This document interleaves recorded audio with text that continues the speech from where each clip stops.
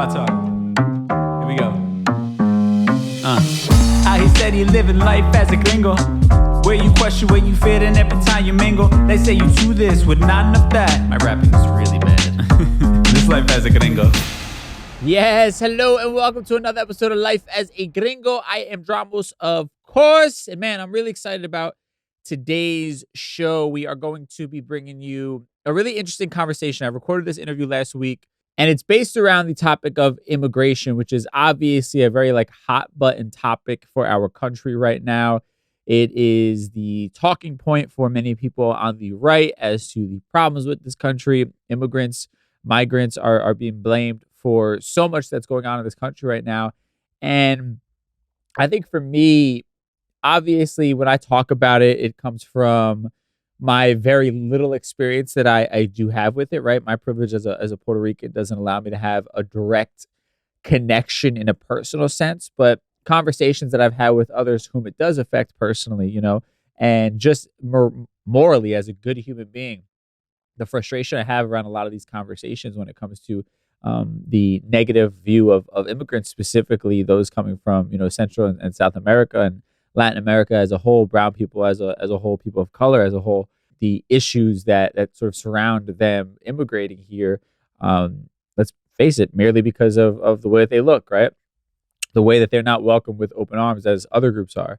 And I think a lot of what's missed in these sort of conversations that we have, because we make them political, we make them about what party you support and blaming the other party for this issue, and this other party creates, the narrative, and we run with it, and now we have to fight about it in the public forums, and it's just, so much going on within this topic, and it's been weaponized, by politicians right now. And I want to talk to somebody who's an expert who deals with this for a living, right? And also who can speak to humanizing this experience a little bit more, right? It's different when we actually hear some of the horror stories, or we recognize some of the amazing people that are just trying to get a better life and live the American dream that we've all been promised, and the promise of America as a whole, right? Being a nation of immigrants. And I really am excited to bring on today's guest, who is an immigration attorney. She goes by Abogada Yvette Saddik Jimenez, but she's an immigration attorney, and this is what she does for a living. And it was a really compelling conversation for me, again, as somebody who is not as well versed as I'd like to be in this conversation. It was great to be able to ask questions and learn new things. And also, I think, sort of poke holes in some of the talking points of those who are shaming immigrants in this country, who are making the lives of migrants hell, who are not seeing them as human beings, but instead just seeing them as pawns in a larger political game that's happening. So I'm really excited to bring this conversation. I just think it's important and much needed, especially with all that's going on in the news surrounding things like DACA and migrants in general in that conversation. So excited to bring this timely conversation to y'all. Also, just a quick reminder, I'm trying to build up the Just Be, my wellness brand, our Instagram page. I'm trying to get more active on it. So if you can give us a little follow, that's all I ask, at justbe.nyc.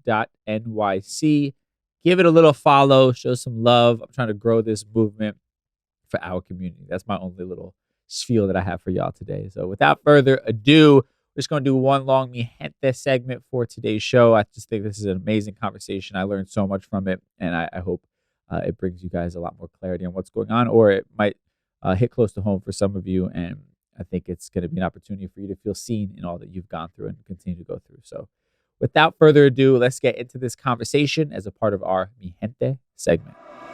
Mi Gente.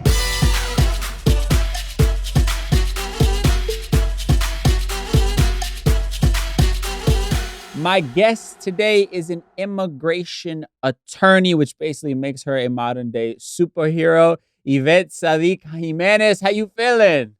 I am doing well, thank you. Wow, that sounds modern day superhero. I'm going to use that. Yeah, I think, listen, you definitely live up to the title, because the work that you do on a daily basis is life-changing for people, right? And the people that seem to need it the most. But also, it's such a polarizing topic that there is, I guess there's such an emotional charge behind it as well, right? And the work of an immigration attorney.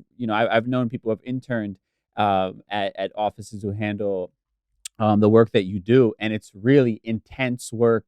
A lot of hours, a lot of cases being juggled, right, and a lot of heartstrings being pulled on a regular basis. So I think the term superhero definitely applies. Well, thank you. Of course. So I mean, let's first and foremost kind of just like set the basis. I think a lot of people obviously know that immigration attorneys exist, but let's kind of break down a bit of the day-to-day workload that you're tackling, in the current state of the country that we're in right now. Sure. And I'm going to start off a little by talking about the role of an immigration lawyer, if you don't mind. A lot of people really get confused when it comes to counsel at an immigration hearing or deportation hearing. As immigrants do not have a right to free counsel. They have a right to counsel, but not free counsel, right? But a criminal has a right to free counsel. So there's always this confusion when the government will say, well, you have a right to a lawyer, but most people just simply don't know where to get one or can't afford one, right? So those are just things I want to put out there because a lot of people were like, well, look, I don't need an immigration lawyer. I'm just going to fill out paperwork. And so I think that's where the misconception is of us not being needed. But I think the last administration really showed us that, I was so busy, right? And a day-to-day work life for me is, I do consultations, I do affirmative cases, which means that I help people apply for green cards, visas, work permits.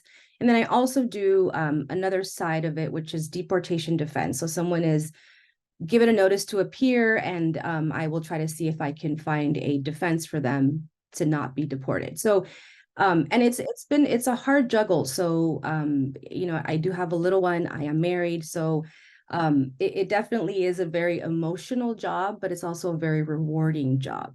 So so it just depends on the day and my workflow, on which cases I particularly take, if that makes any sense. Yeah, no, absolutely. And what is kind of like your current workload? I can imagine, obviously, you can't take every case that is presented to you or pitched to you, but what does the average sort of workload look like for somebody like yourself? So I have been doing this for about 15 years, immigration particularly. So, we start to kind of get a niche, right? An area where we specialize in. At least that's how I feel now. So I do a lot of what's called U visas. These are for visas of victims of specific crimes. There's a lot of fraud in this area as well, but this is something that I've been doing since I first started practicing in the nonprofit world. And these are for people who are victims of crimes such as domestic violence, sexual assault. I mean, there's enumerated crimes that are listed.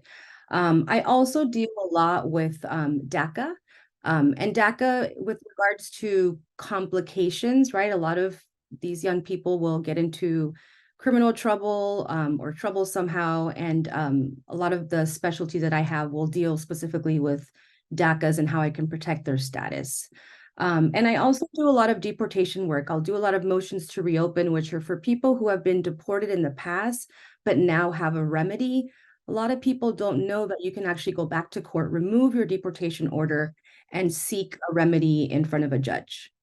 Wow. So yeah, you're kind of really dealing in some heavy situations on top of the already, heaviness of somebody trying to come here for a better life. I mean, I want to kind of like paint the picture a little bit because personally, I definitely have some ignorance to the entire process. As a Puerto Rican, it's not something that I've had to deal with internally with my family, and I think there are also obviously the narrative that goes on in the media and politics and things like that, the villainization that's happening of immigrants, and a lot of people sort of also, I think, making it seem like it's just so easy if they wanted to do it the right way type of thing, right? This idea that, well, if they want to come to this country, just do it the right way.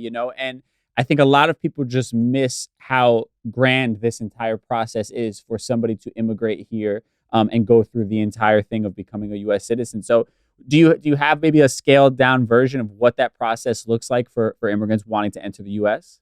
Sure. And I think this is perfect because there is that misconception of like, why don't they just pay the fee and get their stuff? I've been here for 30 years. So let me give you a prime example of of a typical consultation that I get where I have to tell them that there is limited or no remedy. So let's say there's a man from El Salvador. Okay, he comes here. He's been here for 35 years. He's a business owner. He owns a home. He's married. Has 4 U.S. citizen children. They're all doing great in college. Why doesn't he have a green card? Well, what happens is this gentleman came without documents, right? 30 some years ago. And even though this person has US citizens, there's this misconception that if you have a US citizen child, which is why they're now trying to take away this, the birthright. I don't even want to get into politics, but that person can then file for the father and then he'll get a green card. Well, the father is actually not eligible for relief based on the fact that he has a US citizen son or daughter because he entered illegally. So even if the child filed for them, they would need what's called a waiver because they have accumulated what's called an unlawful presence in the US. So in 1997, there were these horrible laws that were passed. It's called the Ira Ira. Most people don't know about these and they don't understand them. But if you came and you've been here after 1997 for more than 1 year, you're subject to what's called unlawful presence. You've accrued unlawful presence. And the only way to remedy that is to file what's called a waiver. So if this person had a US citizen spouse or US citizen or resident parents, he may be able to get a green card. But if he doesn't have those qualifying relatives, this person essentially has no remedy. Again, a business owner, a homeowner, right? Person's been paying taxes for 30 years, who's never been convicted of a crime. So this is a very classic case that I get, and people are just so confused. Now, if this gentleman would have entered with the visa, then yes, the US citizen son or daughter may be able to file for them. But we know that most people who have entered the country have entered without documents, right? And so to me, and then they'll say, well, I have a US citizen brother. Well, US citizen brother, if you're from El Salvador, takes about, I think it's 16 to 17 years to be able to file a green card application for a sibling. If you're from Mexico, it's about 22 years right now. So, I mean, the getting in line concept is a very ignorant statement of not knowing what the laws are, right? And I think what the media kind of plays on a lot are really what people coming in from the border, seeking asylum. I mean, we can have a whole conversation about asylum. I particularly don't take asylum cases, but asylum law is something that is actually in our laws. They're published, and what they're trying to do is eradicate that portion of the law. But there's means and ways to do that. Asylum laws are still in the books, and people should still be allowed to come here and seek refuge, right? Based on our laws. Yeah, I there's obviously a lot of misconceptions. I appreciate you clearing up a lot of that, especially how long it actually takes, right? A lot of people are unaware of that. They're also unaware of things like you said. These people might even be paying taxes, right? Because that's the other sort of trope that gets thrown out there is they're living off of my tax dollars, not contributing to this country, things of that sort of nature, right? Again, the villainization of immigrants. And I'm curious though, from like a technical standpoint, why does this process take something like 16 years or 22 years? What is the logical reason why this process has to take so long? So I guess that there's something called a visa bulletin, and the visa bulletin was created, I think, in the late 50s. Goes to show you how long ago it's been created. And what they did is they categorized specific countries and specific categories. So the only people who can file, so let me kind of give you the list because there's also a misconception about the list. So if you're a US citizen, you can file for your spouse, children under 21, or parents. If you're a green card holder, you can file for your spouse, children, and you cannot file for your parents, okay? If you are a US citizen, you can also file for your siblings. And so what they did is they created this table based on the population and the influx of immigration from these certain countries. And the countries listed are China, Philippines, India, and Mexico. And then it's all other countries. Why they pick those countries, I don't know. But I'm sure we can all figure out why they picked those countries, listed them specifically. And every country and every category has a different visa bulletin date of when the priority date becomes current. And they just claim it's based on the visa availabilities, based on the population and the said statistics they had in the 50s of immigrants from those countries. So it has not been updated in I don't know how long. And the visa bulletin does change. It advances, so it can be 15 years now, but it can also be 20 years later. So it all depends on whoever controls the visa bulletin.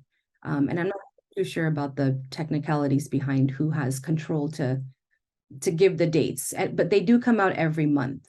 Sure.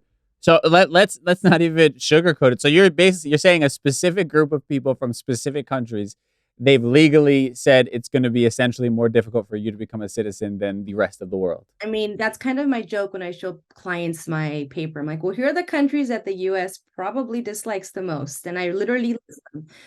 And I'm based in Los Angeles, so most of my clients are going to be Latinos. And a big majority of them are going to be Mexican. So, at least my Central American clients are on this list with the other, but they're not having to wait as long as, for example, Mexico. And the claim regarding Mexico is because of the influx of immigrants from this border country, right? Right. Yeah, it's not surprising, but it's also a bit shocking. It's all in plain writing, essentially, where this country stands on certain people, right? And it has been, and there's terrible language when they talk about Puerto Rico and the Supreme Court rulings that now talk about the status of the citizens of Puerto Rico as it pertains to being citizens and things of that nature, right? They've been unafraid to showcase their bias for against certain people and for other people, and it's really sad that just sad observation, I guess, at the end of the day. But all right, so we could deep dive into so much of the embedded racism in this country, but I want to also get into some of the misconceptions, facts, and also the, I think, process forward, right? Like the solution here. I mean, what you obviously deal with this on a regular basis. You've studied all types of law, but made this your focus. What do you personally think is the solution that most politicians have either been blind to or just are unwilling to see when it comes to immigration in this country? Whew, that's a deep one. I just think that what's happening now with these politicians is they are making immigration as a political issue, right? When really it doesn't have to be. I think that a solution for a big portion of people in the United States right now would be to really relook at these unlawful presence bars, really look at what's called the Ira Ira rules that I mentioned earlier that were passed in 1997 under the administration of Bill Clinton, which nobody really knew when these were passed. I mean, I remember being a student, I didn't hear, you're going to be screwed from here on out if you leave and come back, into the country. And the sad part is that most people who do leave and come back, they leave because a parent either died or is dying. And who is someone to tell them don't leave and go say goodbye to your parent? But because of them leaving and having unlawful presence and then coming back again, they've now triggered a different bar. So some people are permanently barred from being able to ever adjust in the US. So I think that we need to really address, especially the people who have been here for a very long time, who are members of this community and are not going to go anywhere, right? And who really have their whole family here. There needs to be a pathway that's reasonable. And there's just nothing ever being introduced in Congress. I mean, there's no middle ground. There's no consideration for anybody who has been here and has been a contributing member of this society. They can care less if their family is, they're all US citizens and even their spouses, and they're the only ones that are undocumented. So I think we really need to address the unlawful presence issues and the bar issues with regards to, people coming and going.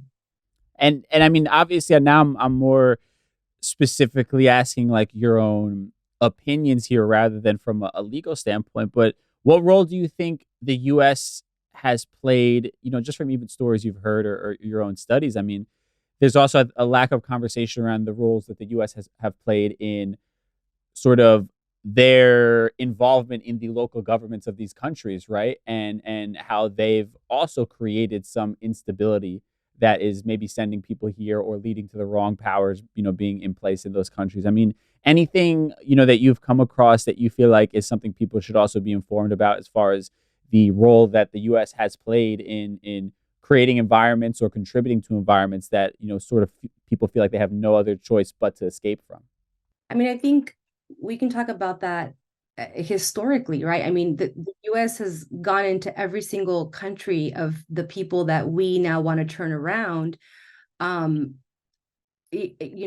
is my opinion of that? My opinion is it's BS, and people need to know the things that the US is doing in these countries. I think people just they don't, I don't know much about, let's say, for example, Central American history, and I know a lot because of what my clients have told me.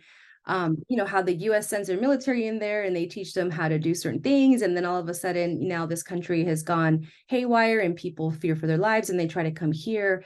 The reason why there's also some asylum, slack that is given to certain countries is because the US knows when they've screwed up. They just don't admit it, but they will admit it through their asylum laws, which is why, asylum has become such a political issue. So politically, if there's an issue where the US has been involved, and then, the country is basically ruined, then the US will say, okay, we'll open our doors for you, right? Just like recently, Afghanistan and the Ukraine. But for me, I think educating myself on how often the US does this is something I didn't know up until maybe the last 5 years, right? Or just learning more about clients and the regions that they're from. But I think more awareness on our part, of knowing why certain people are coming into this country and what has been done. I mean, people they don't talk about that on the news, right? Right. Well, yeah, because that's not the narrative that gets votes, right? It's not going to be the narrative that makes these politicians sort of yield the cape of being the savior for people, right? They're going to spew the lies that immigrants are stealing your jobs, but they're not addressing the corporate greed that is leading the corporations to laying off people and wanting to, cut wages that, basically only certain people are going to be accepting of, right? And that's just an example of things where they don't talk about the distress that the U.S. has caused in these countries that has then destabilized their governments, leaving people to feel like they have to flee, right? So there's obviously blind spots that they are purposely hiding because it doesn't fit their particular narrative at the end of the day. And another thing too is I think it's also the immigrants in this country who are legalized, right? And who I've heard them say a lot, well, the way I did it was this way. And it's like, well, the way you did it was pre-97. So pre-97, the laws were really relaxed. I mean, there's always that just marry a citizen, right? Because people will always come in and say, what if I marry a citizen? And I'm like, look, if you marry a citizen, that is an old school rule where you would automatically get a green card. You can marry a citizen now, but what really matters is how you entered, when you entered, how many times you entered. So there's a lot more things that need to be asked except just marrying this citizen. So maybe, my aunts or uncles who married the citizen in 89, I mean, yes, they married someone, got a green card. Of course, there was tons of fraud that was done back then too. It was easier. But nowadays, this misconception of if you marry a US citizen, it's not your golden ticket that it used to be, right? Under the laws after 97, things have changed drastically. Right. Yeah. What was it? Can we reiterate what that law was? What was it called again? It's called Ira Ira. And it's in, I mean, that's kind of how we abbreviate it. And it's in the Immigration Nationality Act. And the way that I play it is if you remember the Bill Clinton days, I don't know how old you are, but I remember those days. I was already in I think college.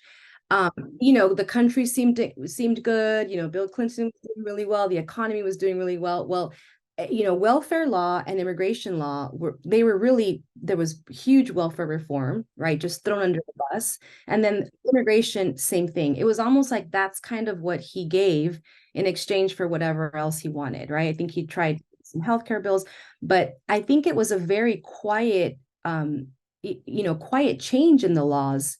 And it really, really, really affects, it affects all immigrants, but I really feel like mostly Mexico in particular, because of the fact that it's a border state, right?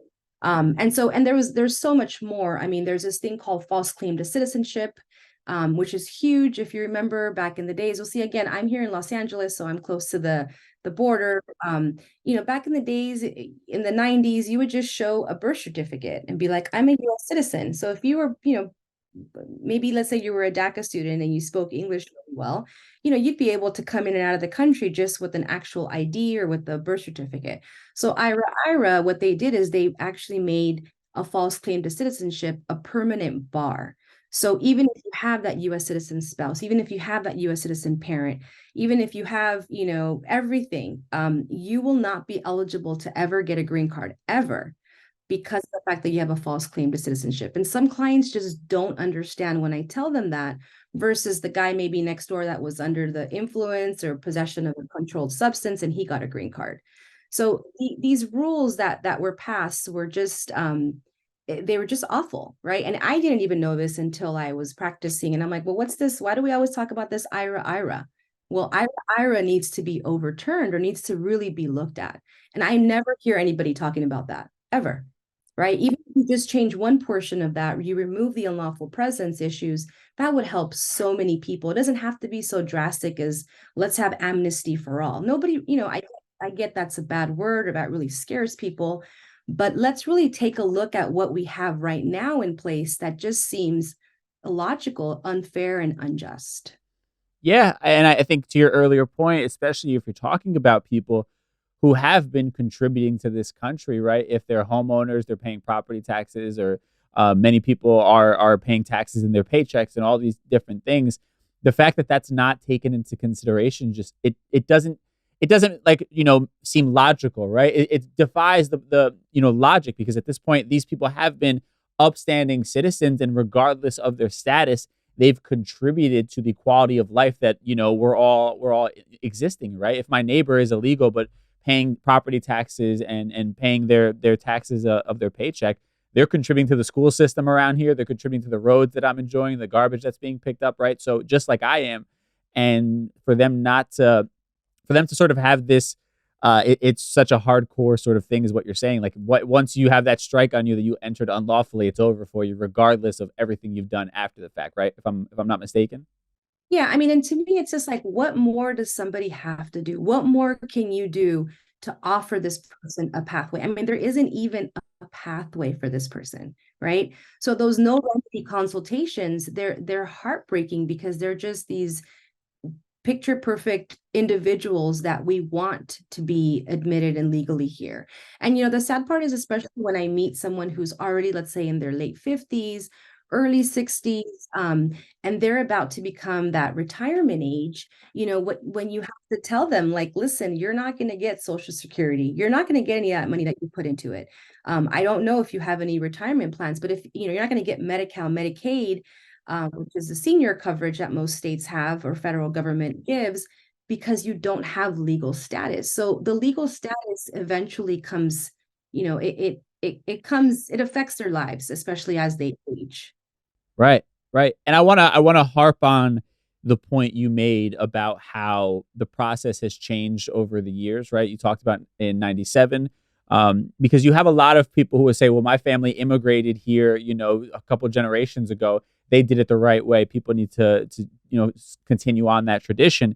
And what you just said shatters that logic completely. And then also, even within our own community, not to overgeneralize, but there is a large sector of the Cuban population that has sort of become Americanized, and they have forgotten the easy, faster pathway to citizenship that they were given, that is completely different than the modern immigrants coming into our country right now. So can we talk a bit about that a little bit, that some of the differences generationally?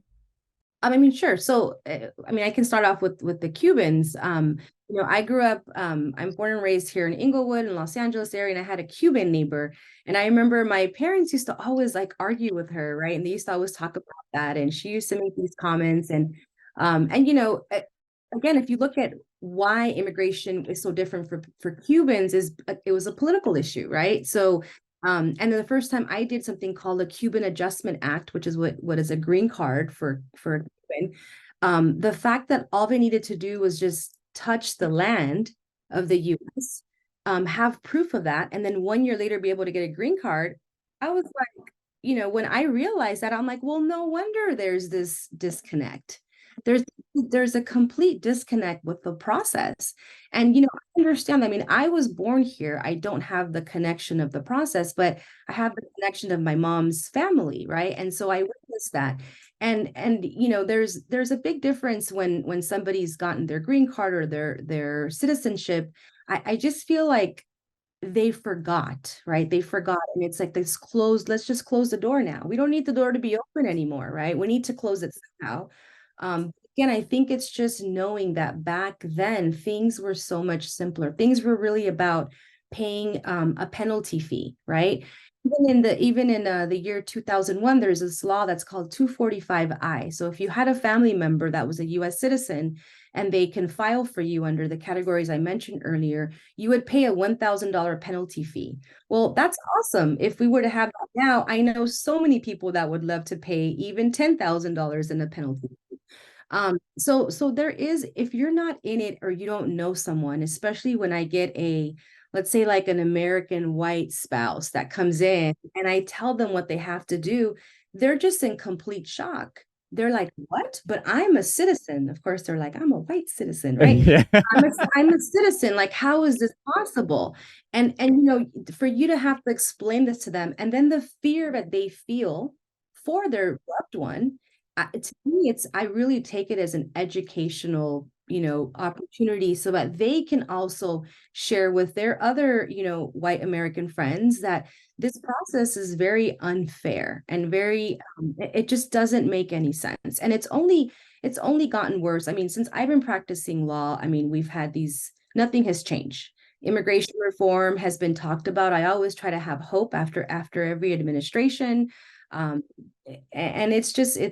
it's a complete fail every single time, right? I mean, and I feel like DACA, I feel like maybe some people can relate to DACA students or DACA recipients because of the fact that most people will know someone that has DACA, right?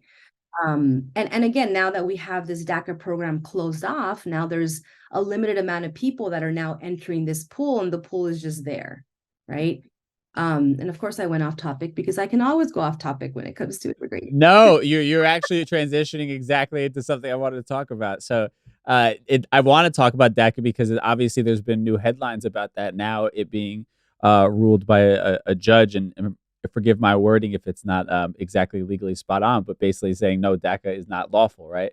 That was a ruling from a judge now. So let's, anybody not familiar with DACA, what's like the short form explanation of what exactly it is? And then what does this current ruling change? Like, what was it prior to a couple weeks ago? And now what are we looking at currently? So DACA is a legal status for, young people that were brought here by their parents, mostly illegally without documents. And for people who have graduated high school or are in college now.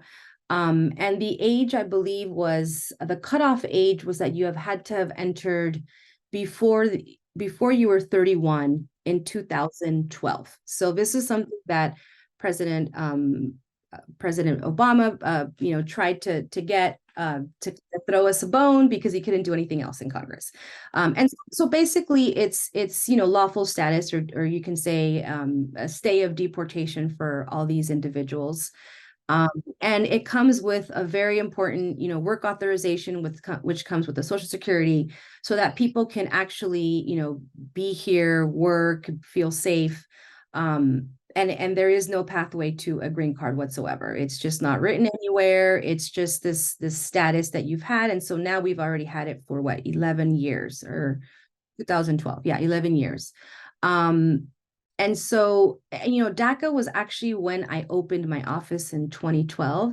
So it's a very dear personal issue to my heart. It's been a roller coaster, an emotional roller coaster for DACA recipients. I mean, imagine just waking up and seeing that, DACA is unlawful, and, DACA is now in the DACAs will be deported. I mean, it's been, I always try to give a therapy session to all of my DACA recipients because, it's awful, right? And then in 2017, when the program was completely halted by the previous administration, that is when I knew that this DACA program was going to be under attack from here on out. And this is exactly where we're at now. So pretty much what happened is, the ruling doesn't really affect people who currently have DACA, although obviously the headlines are going to stress people out. But what it really means is that the program can no longer be open to anyone that's new. So you have to have been at least 15 years old to apply. And so essentially, when they deemed it unlawful, which was first started, I think, in 2017, they haven't opened up the application process since. So essentially, there's been, I would say, 6 years of new DACA recipients who then turned 15 and are probably now 20 something, who were able to take advantage of this lawful status, this Social Security for their, and their work permit, and they can't even get a license, right? So it's this pool of people that I feel that the politicians are just, messing with, right? I mean, it to me, it's an easy solution. These are people who we already granted lawful status. Why can't we grant them a pathway to a green card and to citizenship? And again, some of these people, there's strict rules. Like, you cannot have certain criminal convictions. If you have a DUI, you're out. If you have a drug charge, you're out. If you have any violent crime, you're out. There's no really argue when it comes to DACA and criminal convictions. So essentially, you can say these are really good people. They're educated people, right? They're people who are, either have these great careers or are great entrepreneurs, but they feel very limited in what they can do. Because if you think about it, DACA recipients aren't eligible for the regular financial aid that, let's say, that you and I can get, right? They can't apply through FAFSA, which is a financial aid program, to be able to continue in their higher education. So they're very limited in what they can do in that aspect. And they're just in this roller coaster ride, and it's like it goes up, it goes down. And right now I think it's down, but it hasn't changed anything for anyone who currently has DACA. So everybody is still encouraged to apply. Everybody's still encouraged to continue to fill out their renewals, and just live your life until there's another announcement. Yeah, and I want to touch on something you had mentioned earlier, kind of the pointlessness of this entire DACA attack that's happening right now, right? Because like looking at it, the states that brought up the lawsuit, it was something like half of them, if not more, find themselves within the top percentage of poor states in this entire country, right? And so it's like the irony of the people representing you are wasting tax dollars, wasting their time to attack these people who are actually contributing to the system, right? Because they're legally allowed to work, they're legally allowed to go to school and all of these things. So they're not even a part of the original complaint that you have against immigrants, yet they're using these people as pawns in order to deviate from the fact that they just haven't been doing their job properly. And that's why you're so disenfranchised in the state that you live in. Yes, exactly. It's exactly what it is. And again, it's a political issue, and it's a pool of people that, most Americans, like if you actually survey people, most Americans will say that they believe that they should have a pathway to citizenship. These are like if you were a lawyer and you were going to litigate a big case, these are your perfect plaintiffs, right? The ones that, the ones that are the good ones, right? Which is, in and of itself an annoying concept, but let's be real, that's kind of how they're seen. And if they can't get a pathway, this is where I lose, my hope. I don't express this to my clients, but this is where I'm like, oh my God, if they can't get it right with DACA, that's when are we going to get it right is my question. And again, these kids, some are kids, some are adults, I still call them my kids, but they got to renew every 2 years. So every 2 years they got to dish out $500, right? If somebody is helping them, they got to dish out whatever that money is. Sometimes these cards don't come, sometimes they come late. I mean, to me, it's like living in a constant state of stress and chaos. It's just not right. Right. Well, and these are people who are doing exactly what you're saying immigrants need to do in order to be living in the US. Yet you're still making them the point of your attack. And I think to your point about being disheartened, it is disheartening because it then just reminds you, oh, this was never about people doing it the right way. It's just about specific people not wanting specific people to be in this country. That's really what it comes down to. And that's what cases like this one prove, because again, to your point, they're doing everything right. They're model citizens. They are working, they're renewing, we are aware that they are here, right? All of the above. They check all of the boxes, yet you're still attacking them. And it is incredibly disheartening when you think about it in that form. And I mean, it leads me to, I wanted to talk to you and kind of end on Yvette the person, right? Because this is work that you're doing. You could have practiced any other type of law, right? Like you could have gotten to something that is, like corporate law, which is soul sucking but very financially rewarding, Yeah. right? No. Right, but but you chose to focus in on something that is not only difficult and time consuming, but is emotionally draining, because you would have to be a robot to not get personally attached to the people that you're helping in these situations. And I think for anybody that is getting into purpose-driven work or is existing in purpose-driven work, how do you find that balance of not just, losing your mind basically on a daily basis, and also saving parts of yourself for the people that you care about in your everyday life? Sure. So let me start off by saying, when I went to law school, I didn't know what I want. I wasn't one of those people who knew I wanted to be a lawyer ever since I was little. No, I just knew that I was a loudmouth, advocate. I was very empathetic at a very young age. And I just would notice I was very, very conscious of things that just weren't right as a child. And so I think for me, I really, I noticed this with my mom's family when they first started to immigrate from Mexico and would come visit us here in LA and stay with us while they figured it out, right? So then I noticed I would be the person that would, they wanted to rent a place, and then I'd say, oh, okay, well, let me help you. And I was 10, I was little. And so ever since then, because of my English, right, because I spoke English, I felt like I had this voice that they didn't have. Okay. So going into law school, I didn't really know what I wanted to do. I knew that I always wanted to be true to myself. And I always knew that I wanted to help my community, right? People who look like me, people who were from, disadvantaged socioeconomic backgrounds. It just always felt right. It felt like I was always helping family.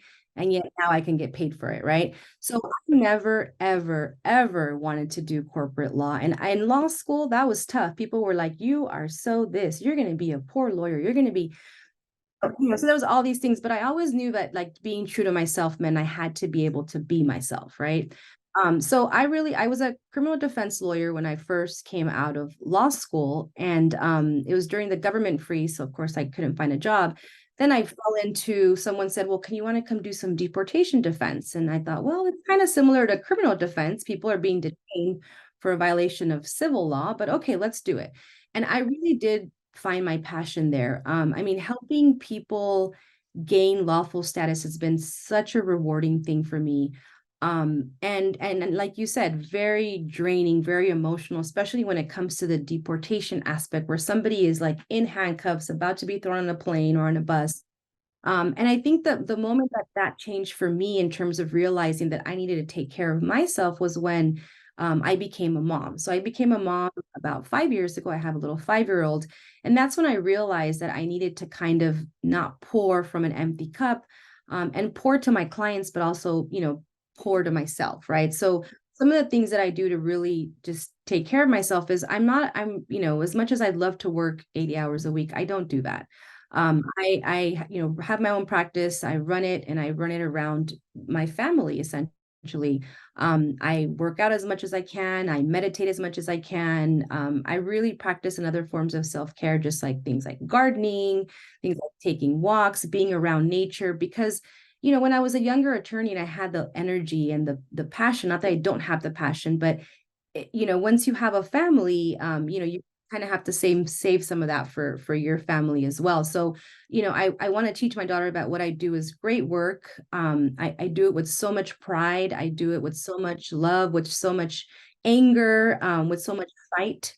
But I also, know when to take a step back and take care of myself, because, the saying of, for you to take care of more people, you always have to put yourself first. And for a Latina and for a mom, that's very, it sounds very easy, but it's actually a very hard thing to do. And I think we just have to break those generational, cycles of the mom can work, right, and do great work and love it, and also still be a loving wife and a loving mom.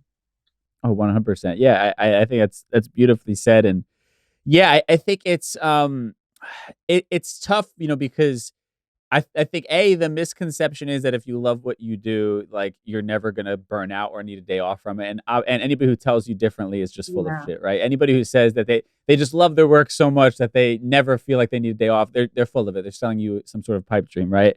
And I think one of the harder things is setting boundaries, right? And not, I think more than anything, understanding you can't be everything for everyone, right? And I'm sure for you, it's even more difficult because potential clients come to you, they share their story, it's heartbreaking, but you have to be honest with them and honest with yourself of, do you have the space to take on this case right now, right? And even though you know how important it is to their life, I'm sure there have been instances where you just have to be very honest and say, I can't do this. And it's not an easy thing to tell somebody who's sort of placing their livelihood on your lap, essentially.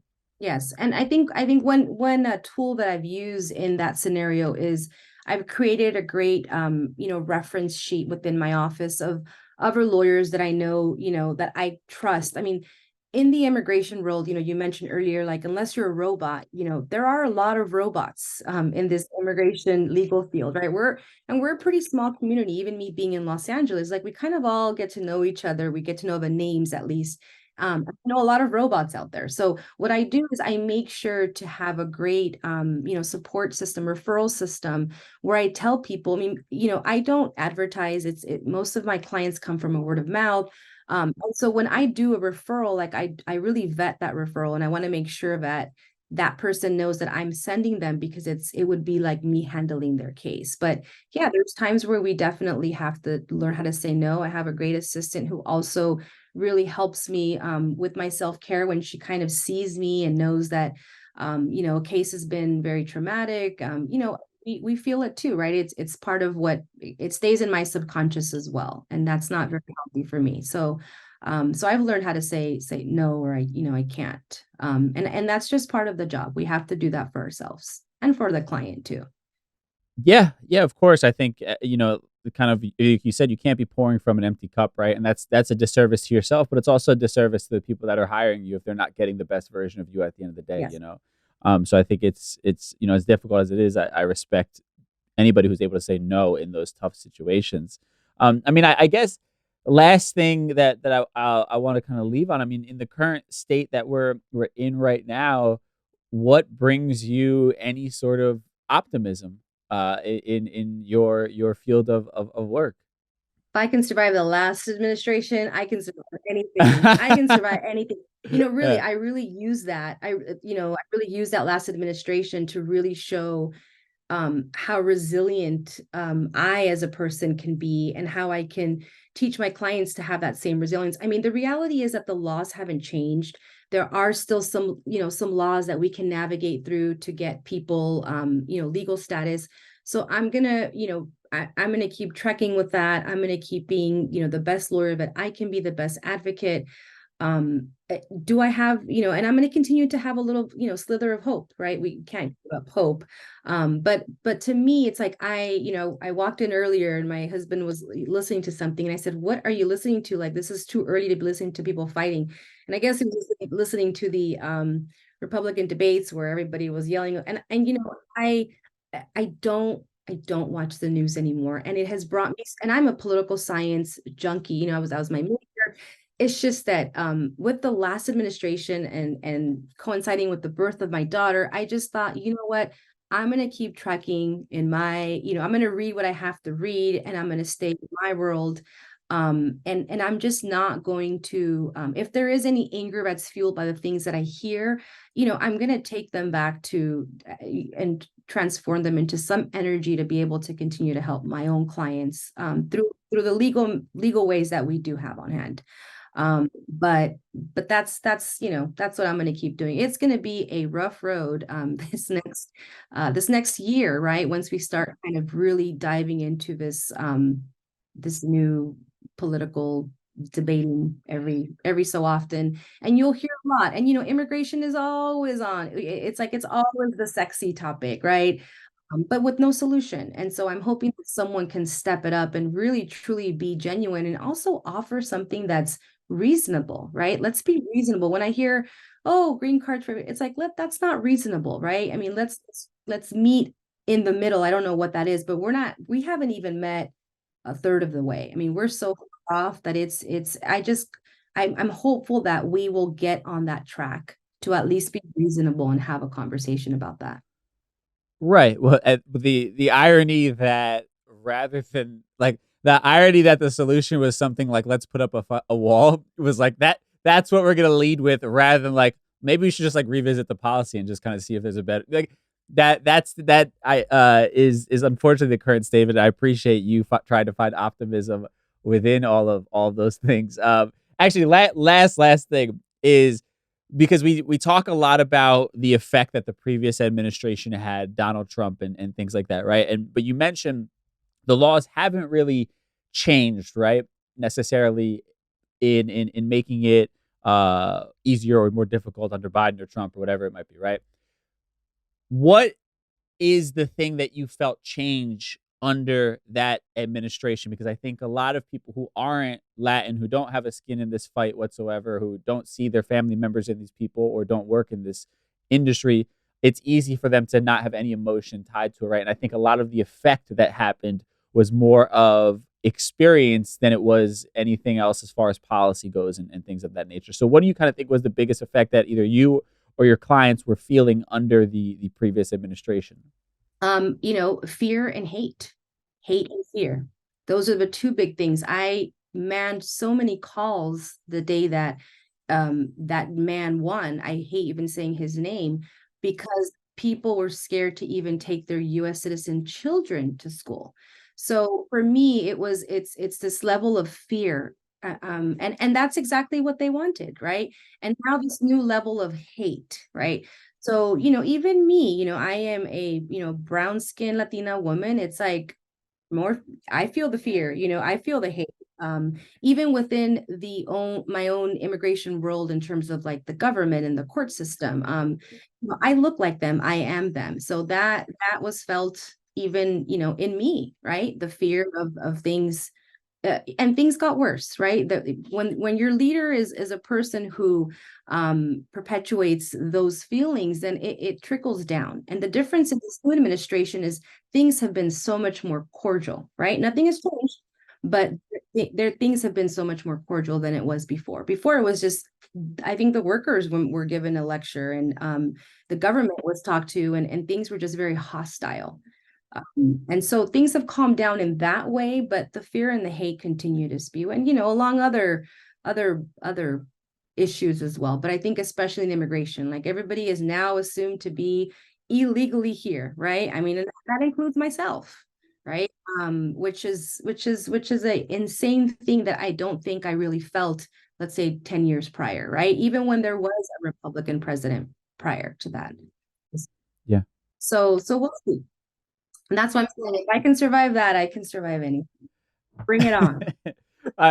I appreciate you sharing that because one of my purpose is in like a lot of these conversations, I'm doing my best to not feed into the polarization that happens, right? Because that, even if I disagree completely with what the right is doing, it's also not serving the greater good by me becoming another person pressing buttons and, shitting on people and creating more memes that are tearing down the other side, right? So for me, it's important to speak about the experiences, to bring up the facts, to humanize this entire thing that's happening. So maybe, yes, exactly. Yeah, so maybe other people can start to realize that, like, okay, not everything is written on paper. Sure, a policy may not have changed, but you need to learn the experience that has changed under this person, right? Under Donald Trump, the hate that was spewed in this country and how it's affected the lives of so many people here, right? And that's why we have this disdain for him and never want to see him back in office, right? And that's sort of what I'm trying to get at a little bit, is being able to really mend that bridge a little bit.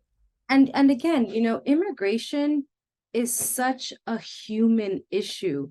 It is not a political issue. It is somebody's father, somebody's mother, somebody's brother, someone's child.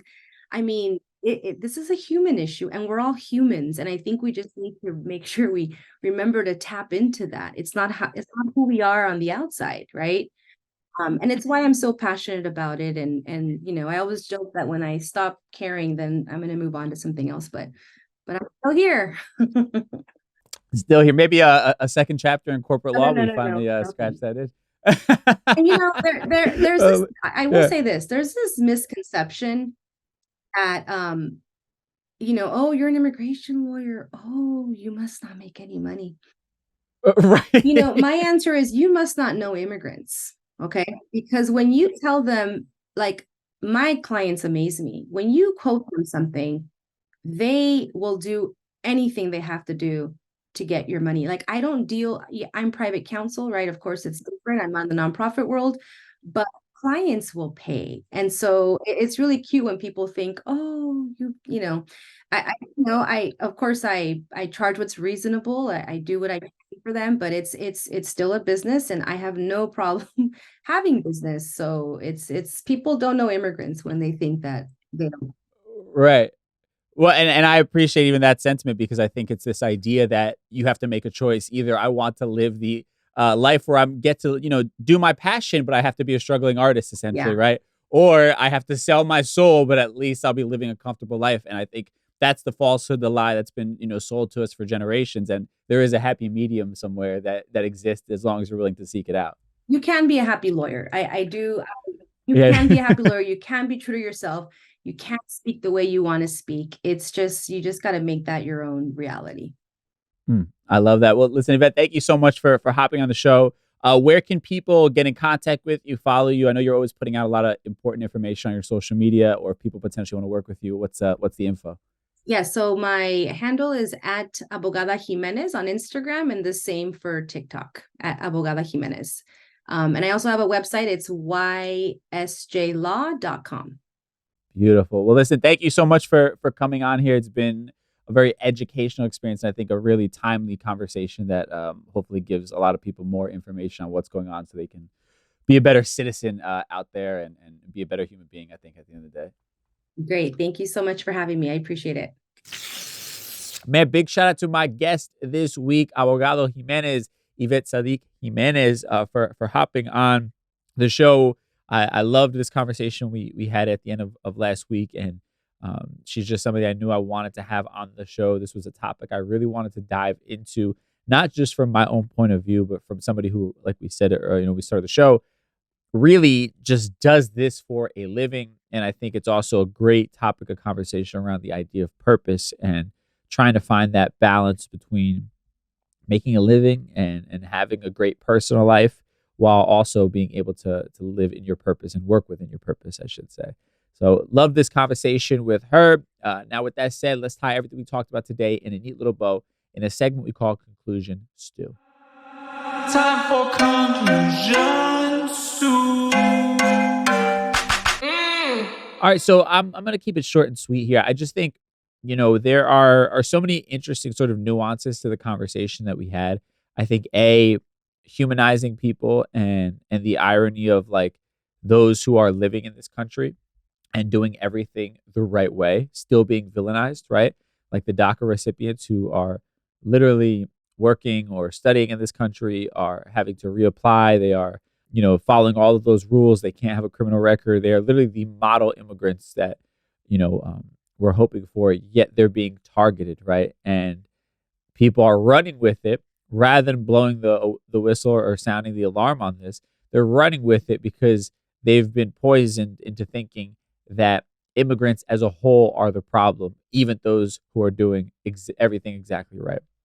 And I think also the narrative of oh, well, just enter legally. It's that easy. My family did it.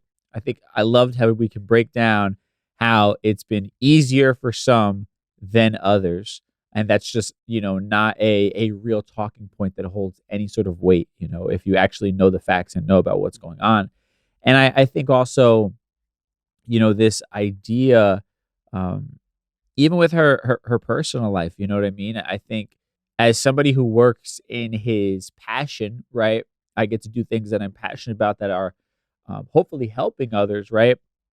And this is work that I do that I feel like is important, staying up to date on certain topics that could be heavy, like politics, or having on guests like this to have these types of conversations, because they are critically important to make sure they get a platform for. It's draining at times, right? To have to live in the sort of worst of the worst at times of the culture, or constantly be fighting for something. It's exhausting. And I love how, she talks about setting those boundaries, right?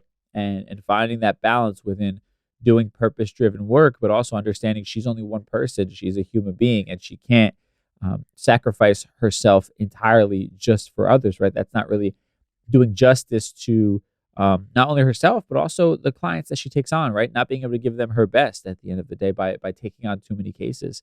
And I just think it's something to keep in mind, right? In this world that is like all about hustle culture, and it's like nobody cares, work harder type of shit, to understand that you can't pour from an empty cup, as they say, right? And recognizing that your personal happiness is just as important as the work that you're doing, and also is essential to you being able to do that work effectively, right? And I think not feeling guilty about taking time for yourself, or saying no, or setting a boundary, or recommending somebody else for a particular situation because you don't feel like you have the capacity to take care of it right now, I think are all respectable and commendable things, and I love that we talked about that today with her. And yeah, I just think all around, amazing conversation. These are the types of conversations I want to keep having during Latin History Month, and bringing on, just bringing on people who can kind of speak to all that we go through as a community, and also educate people like myself, and hopefully give you a couple more talking points. The holidays are right around the corner. If we have to deal with some family members who are talking shit for no reason whatsoever, their own ignorance, you can point out a couple holes in their flawed logic, and hopefully do it empathetically as a means to get them to see the flaw in the way that they're thinking, and the poison that's going on between, political systems and media in general. So I think it's just important to keep educating ourselves. So I'm really happy we got to bring this episode to life. Now, with that said, thank y'all so much for tuning into today's show. Again, at justb.nyc on Instagram. If you could shoot us a follow, we'd appreciate it. Trying to grow the brand. And that's it. I will catch you on Thursday for our Thursday Trends episode. Till then, stay safe. We'll talk soon. Peace.